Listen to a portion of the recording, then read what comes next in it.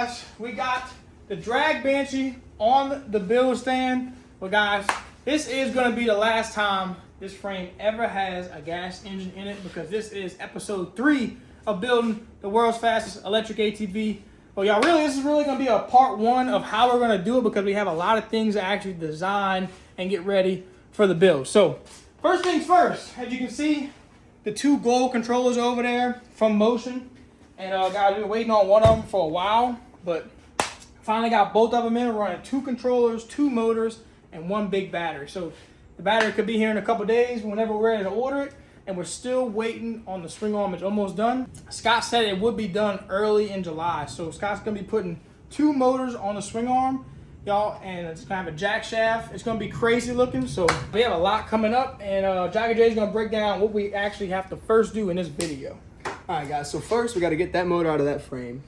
Then we're going to take the controllers and configure, kind of make like a prop for the battery and the controllers, try to mount them where that motor pretty much exactly was, but we still have to connect them to the frame, which is going to be the hardest part. So guys, the controllers themselves are right here, and these things are pretty big. Like, we don't have the exact dimensions on them, but they're pretty heavy. Yeah. And we made a box right here to actually be able to move it around and fit it up pretty easy without having to actually pick up the controller and beat them all up, because they're nice and good. We're going to keep that look on right there. So what's next? And then we also got to see if we're going to run a front hood or not, which is not a full front hood. It's got the side, has the sides kind of trimmed off. And then we'll make kind of like a 3D printed bracket to hold the screens for all the controllers and stuff like that. So we kind of, still a toss-up, not decided on it yet, but today we're going to figure it out. Each one of these screens are for each controller. So we have to figure out how we're going to mount these 2 screens up. If we're going to run plastics, how we're going to mount them in the plastics, how we're going to mount them in general. So in the battery location, guys, we just got a 3D printer. So we'll show you guys why we chose this frame and why that matters. But we're pretty much going to be probably 3D printing a battery box for it to sit in. What? He don't like riding without a seat. Yeah. Last things last, we're getting rid of the backrest because it's blew my back out. We'll roll with it. So yeah, we had a carbon fiber one built, and all this stuff is super light. So this drag setup was a knobby tire setup for the street, and we ran this frame, you know, in sand chassis, and it's super light. So we're gonna be changing the back half so we can run a seat and be more comfortable riding in the dunes with it, because we plan on racing this bike on the street, in the sand, and in the dirt. Yeah. So guys, you're going to be able to see when we get this motor out how much actual room we have in the Banshee chassis. That's why we wanted to keep the Banshee frame to actually build the electric bike out of. And we chose this frame, guys, because, you know, we really love the way the subframe looks on the back half. And all the inside is already cut out, smoothed down, and it looks really good. And it's, you know, this frame is lightweight, guys.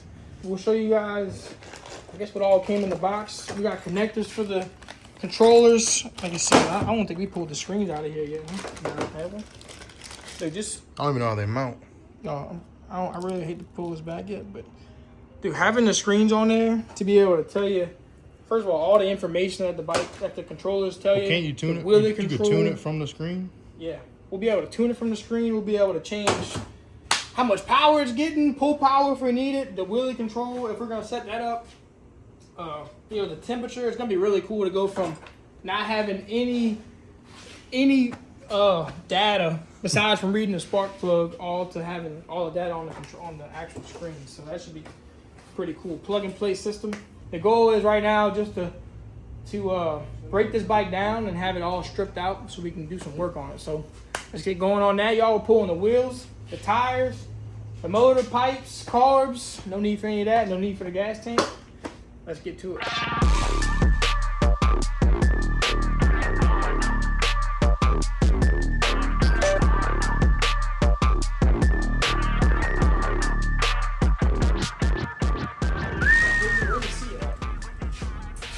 Oh dang, I didn't think about getting a seat. But we don't really need the seat right now. I mean, the hood's gotta be freshened up. Put the screens like this. Have the screens like this, or you can put them right here, like when you take off the seat, because you have the seat. See them things. And one like right there. This one will fit flat. You could have it like that. Why they'd be raised up above? You could have it like that. Nah. It don't look good. Put both of them flat. How the back ones? looks clean like that. Look clean like that? Yeah, it does look Or you can have them up here like this. Yeah, You know what I'm saying? Yeah, okay. Put it like right here on the handlebar. Like, Stack them straight up. well, it might not be a bad idea. You could have Do one it like this. Like put one on that side. It's like mirrors. It's like a moose. You guys are bottom on the outside. Then This is what a battery will be like. This is the exact dimensions. Yeah, 15 by 9 by 9.25, right? it's one battery or two batteries. We're gonna run one big battery. So 15. 15 inches by 9 inches by 9.25. Is what, at least that's what you said. It's not perfect, but Yeah, we're gonna have to cut those these brackets off in the back. This is only one controller though, right? yeah. We don't want to put it on. We don't want to put it on the battery. We're gonna be able to, we want to pull the battery out. Like we want to be able to take the battery and take the battery, go to trade, and be able to take the battery out and charge it. Me too. Like we need to run two batteries. That's what we want to be able to do. So we have to figure out a way to drop this, pretty much slide it in there, and secure it, and still be able to hook it up. So we'd have to probably print it in 3 pieces. So there'd be a tray that probably came up to like right here. Print a battery box tray in 3 pieces. Yeah, but it'd be cut into sections like this. So the first section would be here, and they would slide into each other with like prong. Like it would look like this. Like this battery. This is the front piece. On this, this is the bottom. The front piece would come like this, and it'd really go inside like that, and then there'd be a hole that lines up perfectly, and you put a bolt through it. But it'd be like that throughout the So like entire a way. 3-piece thing that you bolt together to make a battery tray. You bolt it together. You probably put 6 bolts in each section, and then the back section. I was thinking for a battery tray, we don't need to have the walls come all the way up this high. Like yeah, you have just the to cover walls short. just to cover the whole battery is what I'm saying. Well, that's what I'm saying. We don't need to cover the whole battery. The battery itself is sealed tight, ready to go. All you need to do is have something to hold it. So you can make the walls of the battery go real low, maybe only up an inch, and have something just to go around it and strap it. That's it. Like you don't need something to cover the entire battery. The battery's waterproof, ready to go. You think you can design something around all the obstacles? We're gonna have to cut. I mean, everything. Yeah, the reason why we chose this frame is because you can see all the motor mounts that are usually on stock Banshee right here, all on the front motor mounts. These motor mounts and even the back motor mounts were all cut off, and there's nothing there anymore. So this frame's already light and ready to go. So. Really don't have that much to cut off to make a battery fit. It's only hitting this bracket right here, which we can slice this off. It's gonna be probably the biggest challenge I've ever had to do, but I think I can do it. We also want to make it too where we can slide the battery, like we can put it up against back here, like way up back here, and we want to be able to slide it up a few inches too, if we're wheeling. That might look good. I mean, it's not straight, but The only problem with doing this is just more weight in the back of the bike. I mean, it's that versus 3 inches forward. No, the other way up here. But then we come to the conclusion that, so the battery box, the controller, we're gonna have to do a little bit more thinking to figure out where we can actually mount these. And every one of these tabs right here, and all of these tabs you guys see, we can always cut them off and re-weld them and do any type of fabrication that we want to do to this frame to make this fit. We got so much room, so if you guys have any ideas on how to do this, the battery can't fit vertical.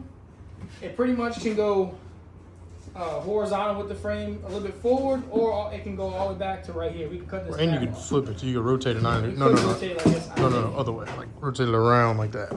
We Yeah. could, but it'll stick out a little bit on the Right. frame. So Wait, the battery box, put it sideways real quick. That way I can see it. Yeah, it doesn't look that great. So the battery box is gonna have a couple connections. We'll put a picture of what it's gonna look like on the screen right now. And the controller guys, these things are pretty heavy.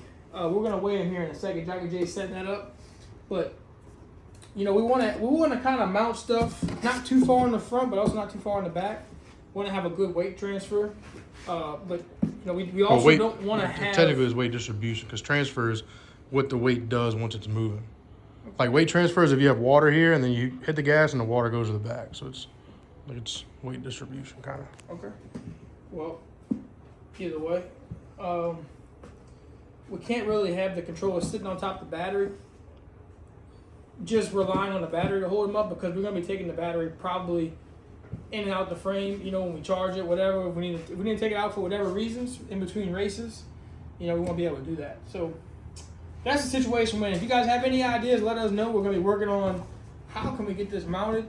And I think I already said this, but guys, the reason why we showed this frame is because everything's already cut out, but also, you know, the subframe's chromoly on here, so that's a custom. All the spring arm is getting built by the same guy that did the subframe. So the spring arm is going to be about 30 inches, somewhere in that range, between 20 and 30, longer than the stock is right here. Another 30 inches. That's about what it look like, but I still don't think we can fit two That's motors. long, bro. That's really long. I don't think we can fit 2 motors and a controller on the spring arm. So that's why we're kind of ruling the spring arm out. And, you know, we should have the spring arm here within the next couple weeks, I hope, guys. And, you know, it should be wrapped up in July. So we're gonna have to mount the screens, figure out the controller right now. No, it doesn't. I know we wanted to actually figure it out so we can get it mounted in this video, but I think we need it to doesn't. We have time, y'all. We're still waiting on the actual spring arm, but it was just kind of figuring out where to put the stuff. So you guys have any ideas? You gotta let us know. Seriously, we'll take you up on it. And the problem too with the biggest problem is if we're gonna, it depends on what material we use, but say we do 3D print something that have a very strong material, it's still probably have to be a little bit thick. Because I mean, if this thing's gonna be doing over 100 miles an hour, right. you know, it's got to be pretty sturdy. Well, You know, like, you don't have unlimited room. Like even right here, like, you know, if you have a 1/2 inch thick sheet, and then you still need to mount the controller. yeah. Well, like I was saying, the 3D printer is just more for us to be able to figure all the stuff out and mock it up, and then we can always just have it made out of metal, made out of aluminum or something, Yeah. if we need to, or steel, and just have it welded to the frame if we want. Yeah. All right, so we got one controller right here, just by itself. Got it looking like it's about 18 pounds, so a little bit heavier than what we had originally thought. Put both of them together, comes out to about 35-ish pounds. So that's 35 pounds, plus the battery should be another, I'm thinking around 90 pounds. So between 80 and 100 pounds. So I think it's gonna be in more the 90 range.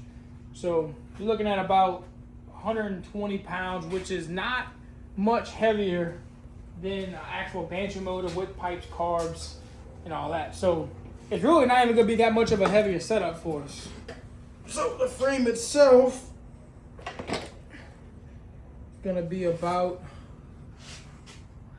72.2 pounds. That's with the front end, steering stem, foot pegs, swing arm, and drag axle.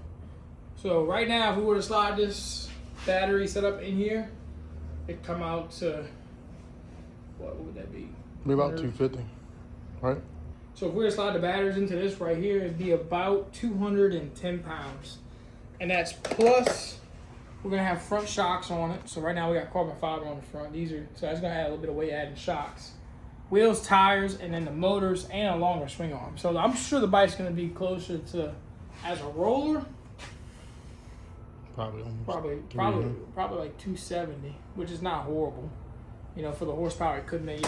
We're thinking that the bike's gonna make between 300 and 400, somewhere in between there. So guys, I don't want to make it seem like we're milking this project, because a lot of the stuff is new to us, the electric bike, and trying to fit it in this frame is obviously going to be something that hasn't been done before. So the build, you know, its potential is something that's going to be, I think, crazy, and something that we can work towards. Mounting the controllers and the battery up are going to be something that, you know, we don't necessarily even know how each one of these, the controllers, the battery, and the motors are going to connect to each other. So we're going to have to get with Blake and talk to him and figure out, okay, this is the best spot for it. Not only where can it fit, but where can it mount. So we just took apart this today just to figure out, okay, this is going to work here, this is not. I'm going to send Blake some pictures, get his thoughts on it. Blake is the guy who, you know, he's helping us, and he has super fast scooters and all that. So and this is who we're buying all our parts from, too. Like, you know, we still got to figure out, like you were talking about, we still got to get steel sprockets. Yeah. Right. So, So guys, just to give you a peek on something about what the spring arm should look like. So behind the shock is going to be 2 electric motors, and then somewhere in that area, there's going to be a jack shaft. So total, we're going to have 6 sprockets. We're going to have 2 on the motors. 6 sprockets? Yeah, 2 on the motors, 3 on the jack shaft, and then 1 on the back sprocket. So it's going to be 6 sprockets, and the back sprocket is going to be a 530 chain. So we're going to have to get a 530 chain going from the back to the jack shaft, and then all the jack shaft and the motors be on a regular 520 link chain. So it's gonna be crazy looking. We're gonna have 2 motors, jack shaft, you know, all in this area. Plus all the wires going and everything. Yeah, all the wires going out the controllers, from the battery to controllers to the motors. The build's gonna really look insane. And we already had the color picked out, I think. And I'll let you guys know. It's not gonna be a nice, bright, colorful build this time. It's gonna be something serious. I think you guys will like it. Other than that pretty much wraps it up. We do have to figure out what wheels and tires we're gonna run on the back, and we also are gonna run a different drag axle. So this is a mod problem right here, but we usually run the JJ&A drag axles, which is aluminum axle drilled through the inside. But with that much horsepower, guys, some people in the drag racing world have been telling me to upgrade and go to a steel axle so we actually don't break. So that's the first time with us having those problems. For right now, y'all, we have Beetle's engine and the 421, both the drag bikes, sitting out and ready to go. I mean, this one's brand new, 1 race on it, and I think I found a shifting problem over here on the 421. So if you look and see that shifting rod, it's kind of hard to see, but you see how that rod pushed out a little bit? Mm-hmm. That's why. That's not supposed to happen. So this screw came, a little nut backed off right here a little bit. So that's like a jam nut to lock in that for the shifter. But just that came on loose. So that might have been our shifting problems right here. So this motor can pretty much. I mean, it might not be the shift force. Yeah, I could take it apart and check it while we have it out. Flip it apart, take the transmission out just while we have it out. But 421's probably good. This engine's brand new, and that fire bird needs that thing. We built this bike overnight, pretty much, motor and everything, and did 1 race on that bike. Drove it 14 hours of Florida and just did 1 race. So I think this chassis and everything is set to redeem itself. Next time you see it, it'll be long, way out the back, and like I said, it won't be yellow. We're gonna have this baby set up, front shocks, rear shocks, that way we can run on any terrain. And I think by the next video we should have the controllers where we can mount them, battery set up where we can mount it, and the swing arm should be in. So thank you guys for watching. If you'd like to grab a t-shirt, we have just a few left in some designs on the website, guys. So we're running out of some of the designs. If you want to grab one, let us know, and we'll see you guys on the next one.